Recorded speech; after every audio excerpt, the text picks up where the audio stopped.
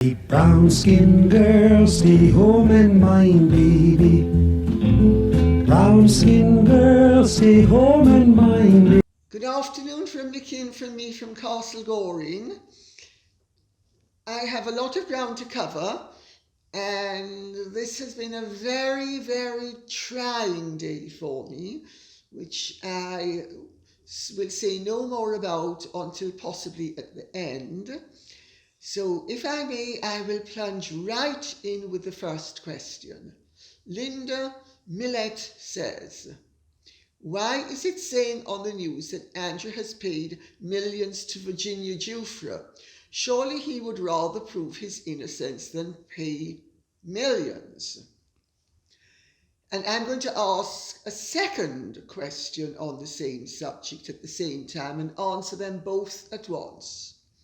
No one's babe. I love some of these names. Lady C, I see that Prince Andrew and Virginia Giuffre both have to pay their own costs and expenses. What does that mean? That, my dear, goes right to the heart of the matter. It means that Virginia Giuffre, for all of her spin, did not achieve the victory she would like you or everybody else. I'm sure she doesn't expect me to believe the pap that her PR people have been putting out. But I know she hopes that everybody else will believe it. Well, it is, if each side pays its costs, it means that it is at best a Mexican standoff.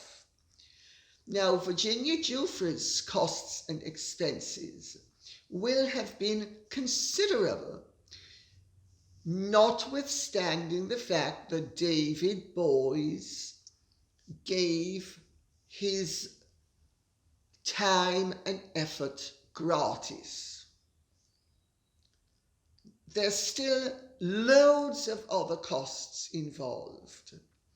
So Virginia Giuffre will be out of pocket, as indeed will Prince Andrew.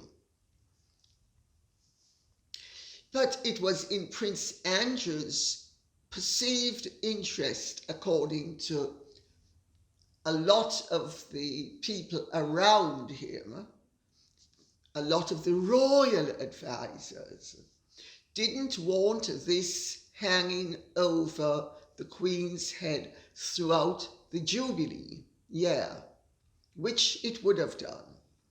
So Prince Andrew sacrificed, and there's no doubt in my mind that he did sacrifice, because there's equally no doubt in my mind that Prince Andrew never did any of the things with her that she said that he did.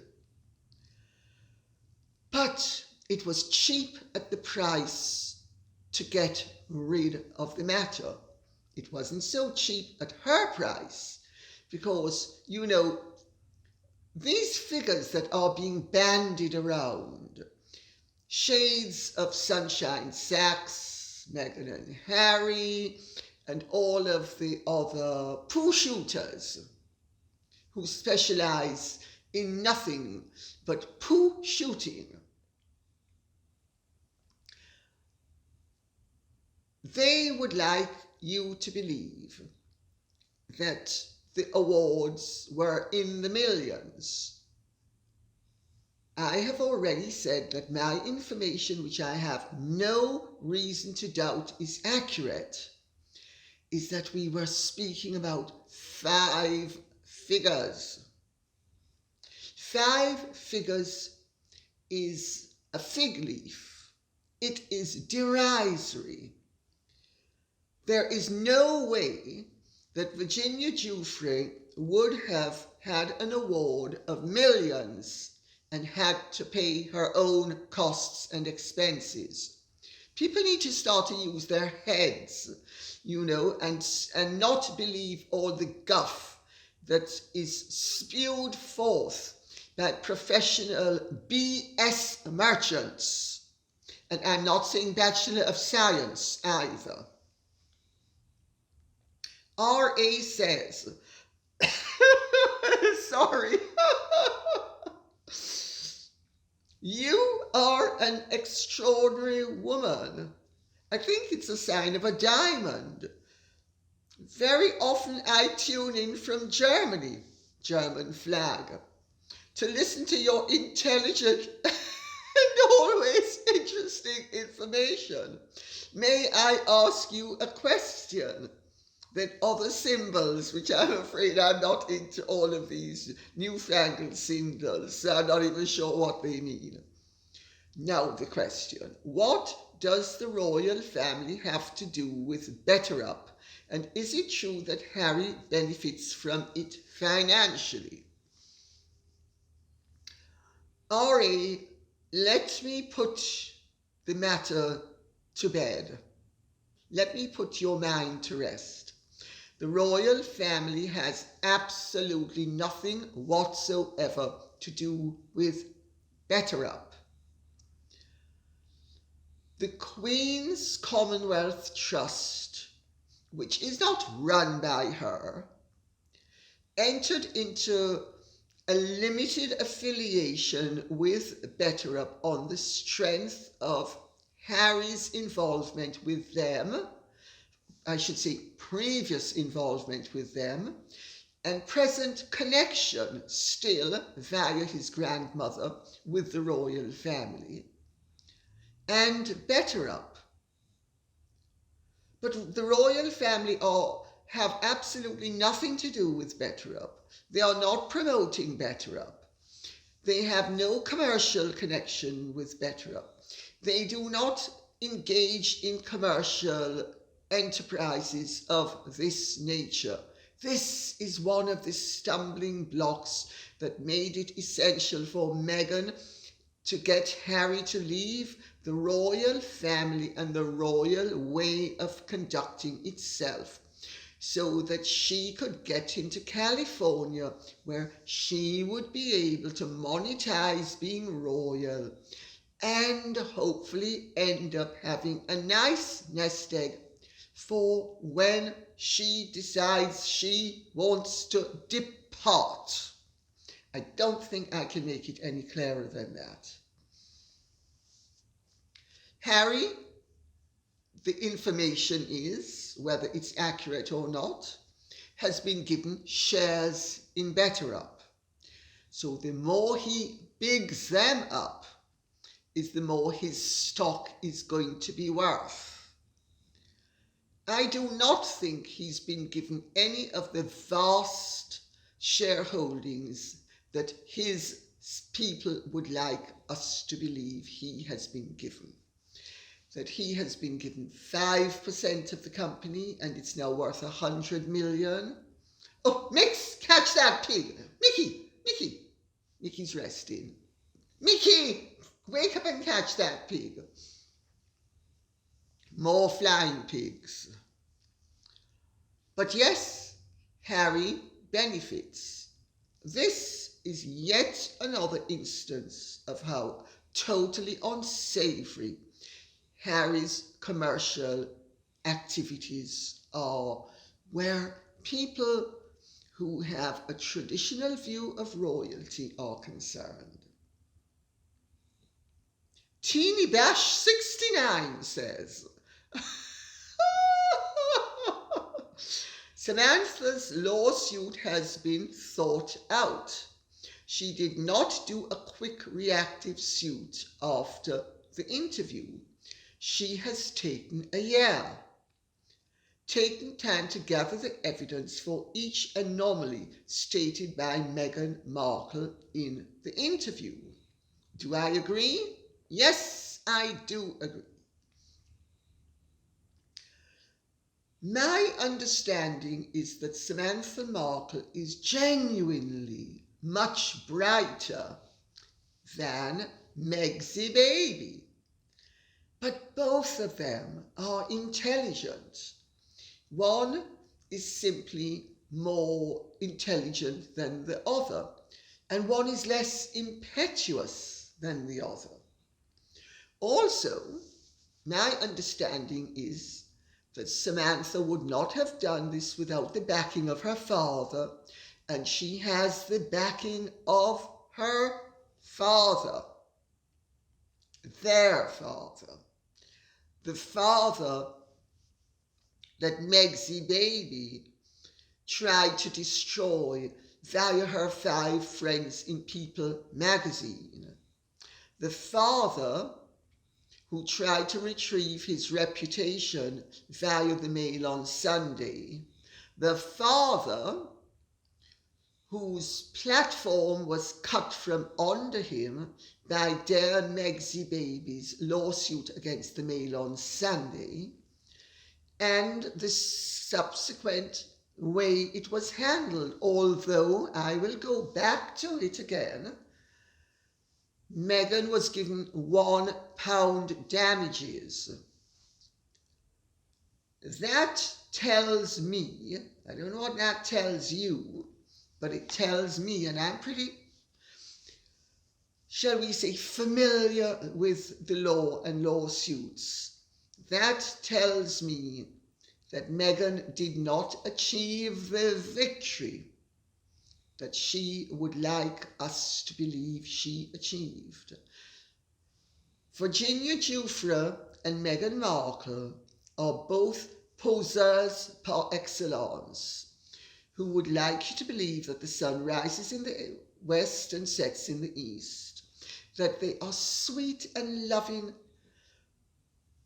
absolutely humanitarian, wonderful, conscionable, bleeding hearts who are self-abnegating and care for nothing but truth, justice, and the American way of life. Let's remember that. But in their interpretation of the American way of life, it's moolah, moolah, moolah for them. And endless fabrications, concoctions, artifices, and the like.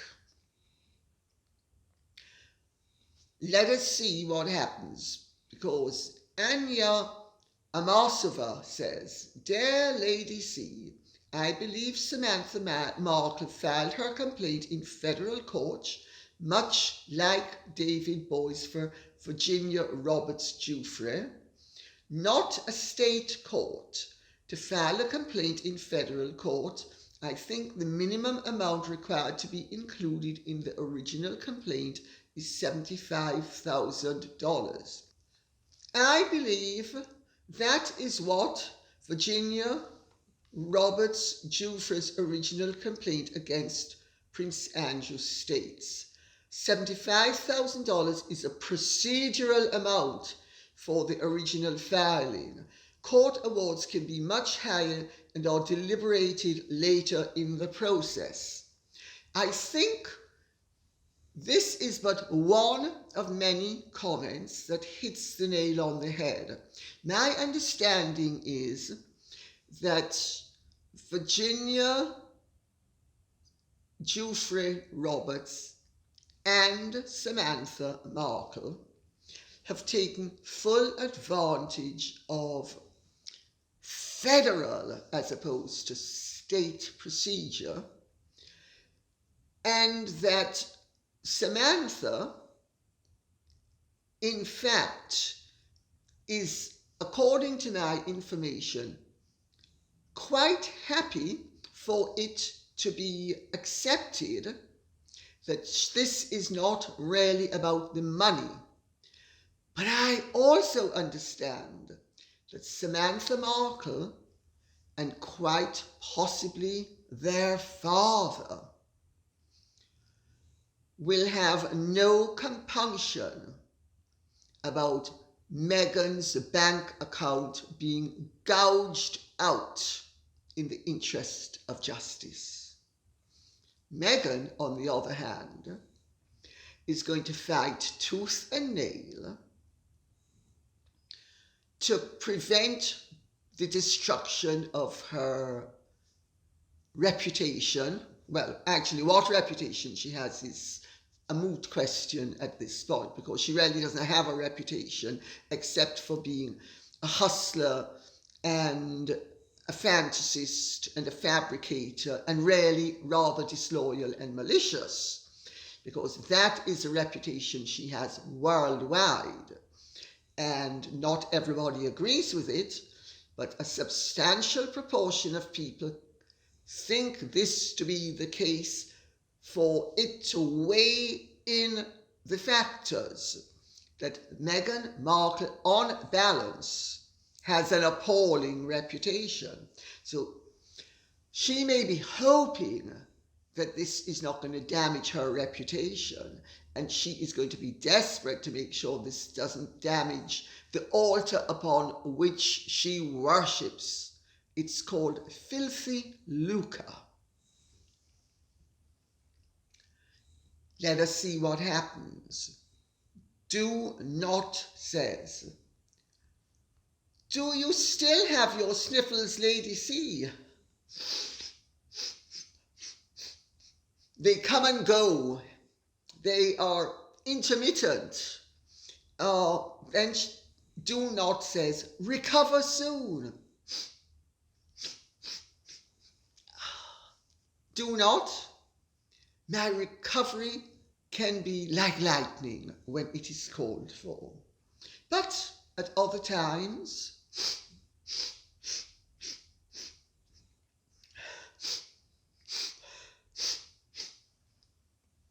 what can I tell you? Some colds linger longer than others. I gather, looking at the Oprah interview and other interviews with Megsy Baby, that she's very prone to have a runny nose too. I think we ought to maybe compare notes with our doctors to see if they can boost our resistance in some way. Carol Mack says, shocked, yes, as a Texan I was. A rodeo in Fort Worth, Texas. Guess who was there? Oh yes, Harry. Well, you notice that Megsy Baby makes him go and do all the dangerous stuff, all the stuff that can rebound adversely, while she tries to keep her hands clean. You notice? I think he's called a canary, up the chimney to see if there are any gases that are gonna maybe be lethal to the canary. The canary croaks. Well, actually that's a wonderful opportunity. Now I can wear a black dress, and black suits me. In fact, black's really very classy. And in fact, I love nothing more than black. And I wear practically nothing that's not black unless I have to, because black's just so classy. Well, my understanding is that this has been arranged with the Bidens, that the Bidens are involved with this. Not only Joe, but Jill Biden. And that Harry is showing his loyalty to the Bidens. I also had a house guest here who confirmed to me that Meghan was actually eyeing up Dianne Feinstein's seat. But it's not gonna fly. But she's now looking on the other side of the country to try to get something available to fulfill her political ambitions. And of course, Harry knew the Bidens, if I'm not mistaken, before Meghan knew the Bidens. I think it's called acquisition of influence. In certain ways, it might even be called influence peddling. But it's certainly the exchange of one favour for another. Stefania Spadafora says, regarding the question if the media would feel guilty if something happened to the royal family, I am reminded of how the BBC recently was discovered to have lied to Diana to get a bigger reaction in that interview with her. She suffered the rest of her life becoming paranoid. Actually, she was already paranoid, but she became more paranoid and probably made her and Charles' troubled marriage unsalvageable. They felt no guilt for what they did to her. Not only did they feel no guilt, but the authorities covered it up. The police decided there was no crime to investigate, notwithstanding the fact that there were several crimes overtly committed. The Crown Prosecution Service, do you think they said to the police, nod, nod, wink, wink, that's my boy, that's my girl? Do you think so? Or do you think they said, this is a matter of public interest, and this cuts right to the heart of the matter, and this sort of conduct means that the public will have increasingly less faith in the judiciary and the legal system and the Crown Prosecution Service and the police. Look at it again. Not a bit of it. A massive, not even whitewash. Oh, did anything happen? Oh. Diana? Who's that? Oh, Martin Bashir lied to Diana? So what? We're the BBC. We lie all the time. Where's the big deal? Just because it was a princess and just because we behaved in the most abominable manner and sent a woman who was already mentally fragile completely off her rocker. Nothing to be ashamed of. No accounting. Do you begin to see what we are dealing with in the media generally? And don't think it doesn't apply across the board.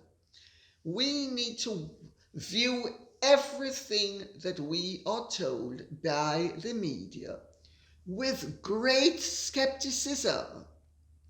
We can't believe them whether they're left-wing, centrist or right-wing. We can't believe them whether they pose as being good or pose as being conscionable. We can't trust them at all. They are serial liars.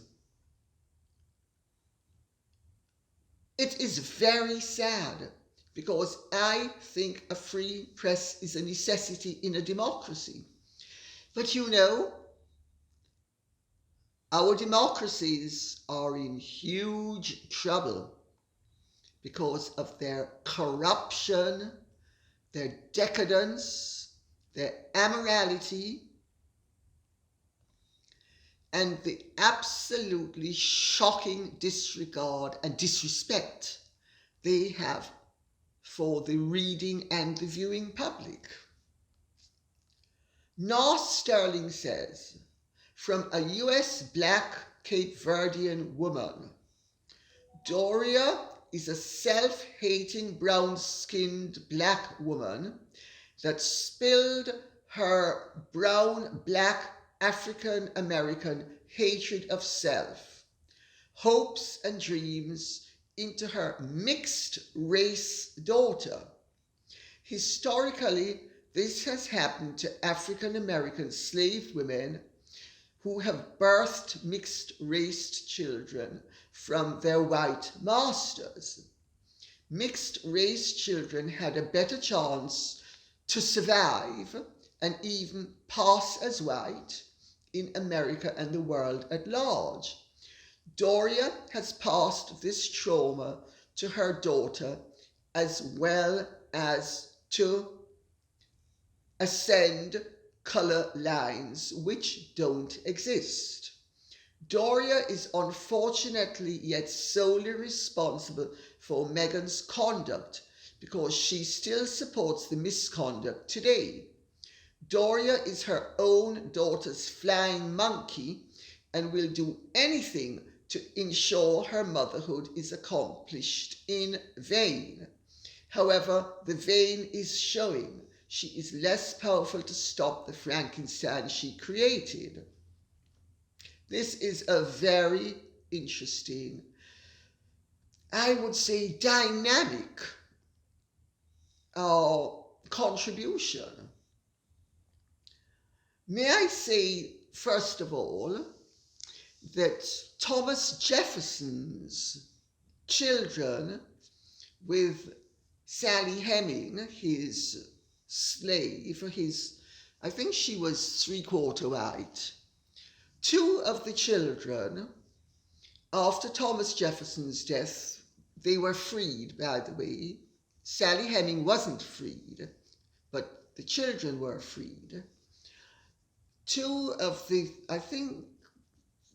children, a boy and a girl, one of them changed his name, the boy changed his name, and they disappeared and passed as white. So there's nothing unique about Meghan passing for white. It's been done throughout the ages. Anybody remember Imitation of Life with Lana Turner, Sandra Dee and Susan Kona?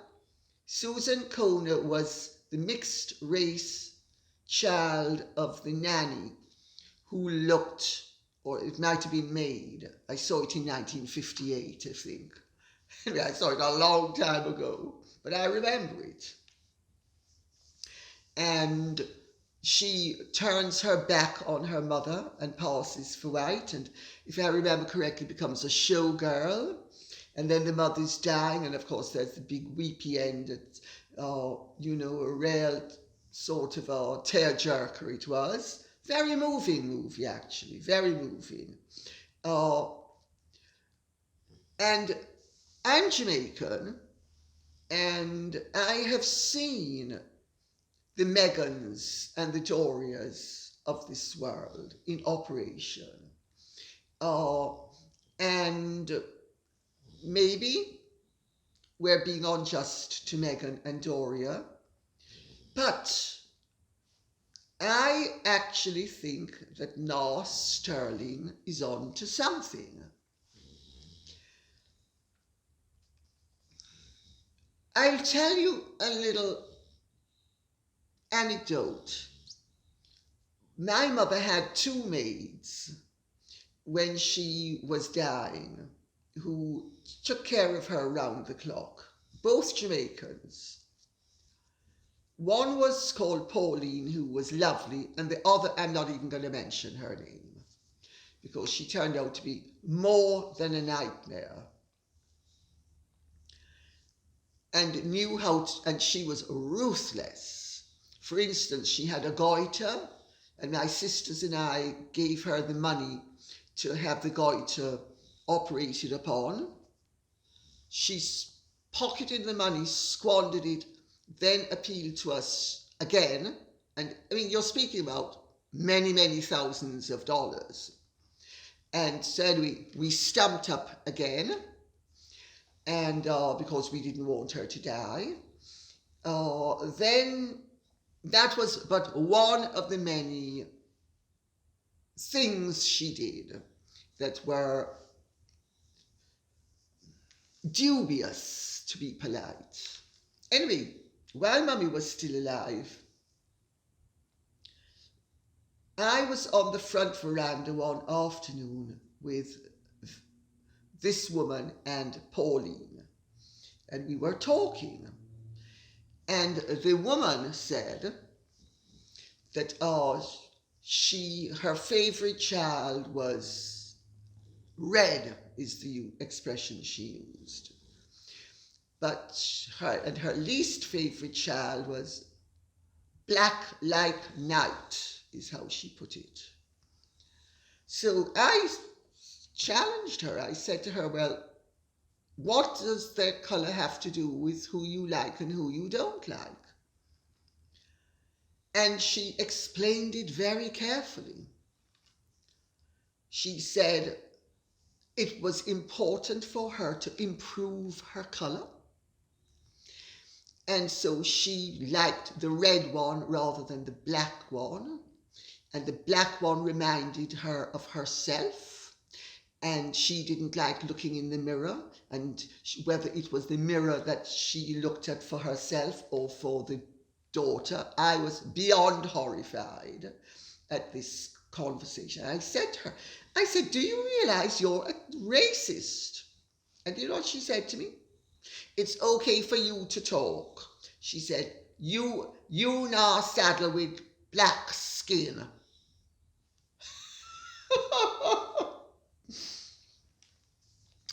That is a mentality, I am assured, that used to be rife amongst a certain category of black person. There was a tremendous amount of destructive self-hatred.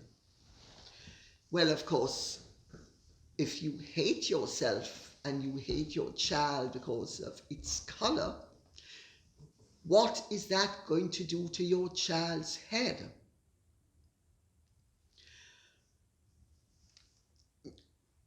I am not saying that Doria hates her colour. There is ample evidence to suggest that Doria's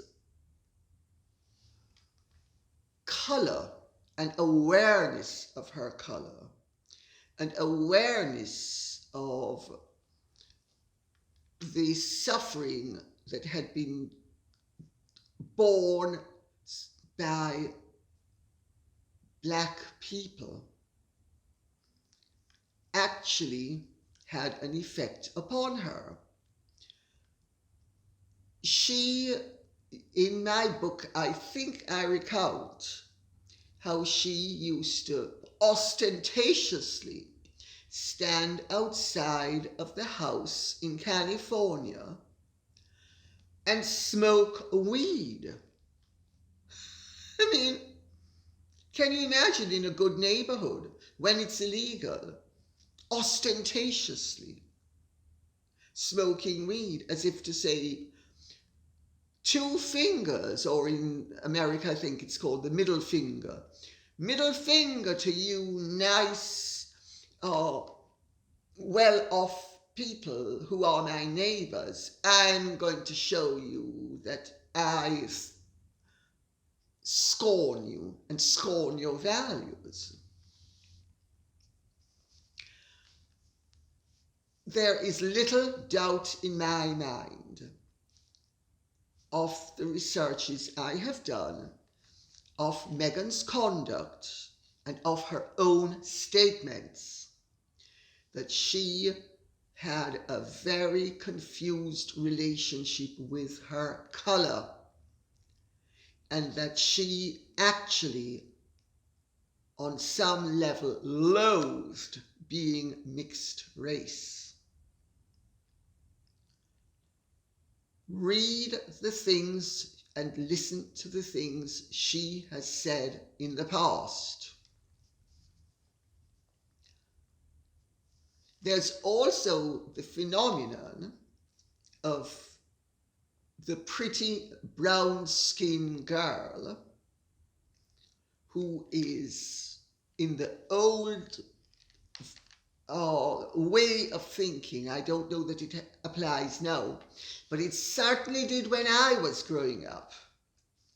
That, in fact, I'll tell you, my brother-in-law once said to me that brown-skinned girls were better in bed than white girls, and explained why. He told me that they arrived at their destination 6 times to every once our train pulled in to the station. Yeah. Well, I won't even tell you what I said to him in response to that. But so there's been, and this is a myth or a reality, I don't know which one, that was redolent and prevalent.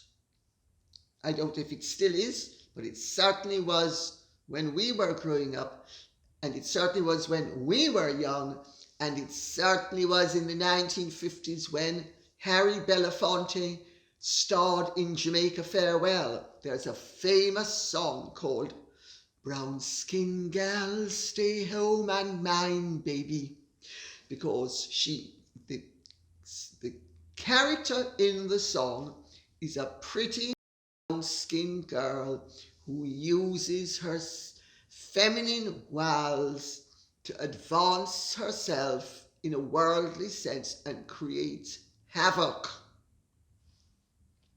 So there was a stereotype, and stereotypes don't come out of the woodwork.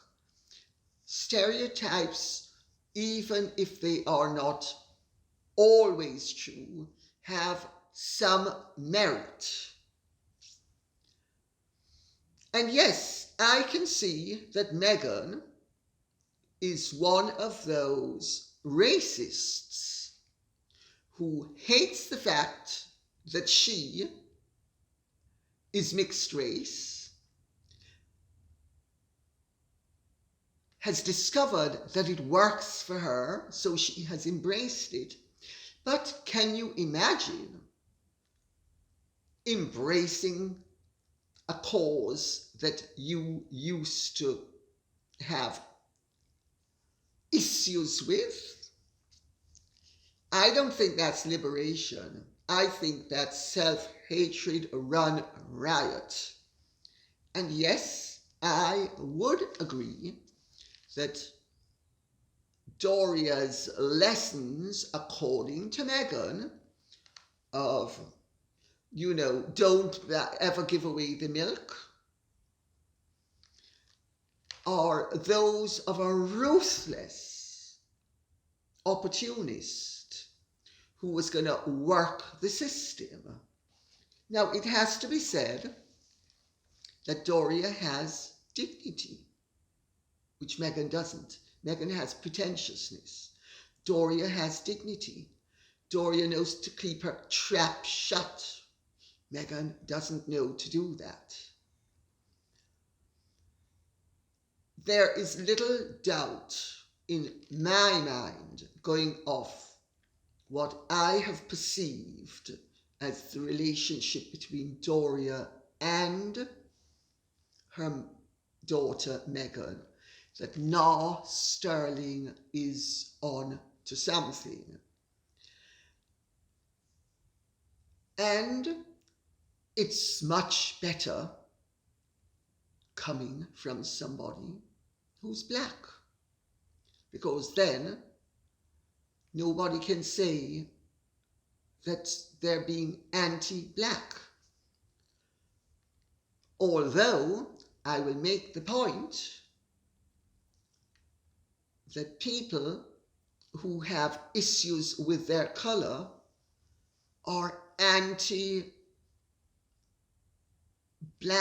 and white, because if their self-hatred of being partly black manifests itself in disliking the black part of their heritage, or their racial configuration, to be more accurate.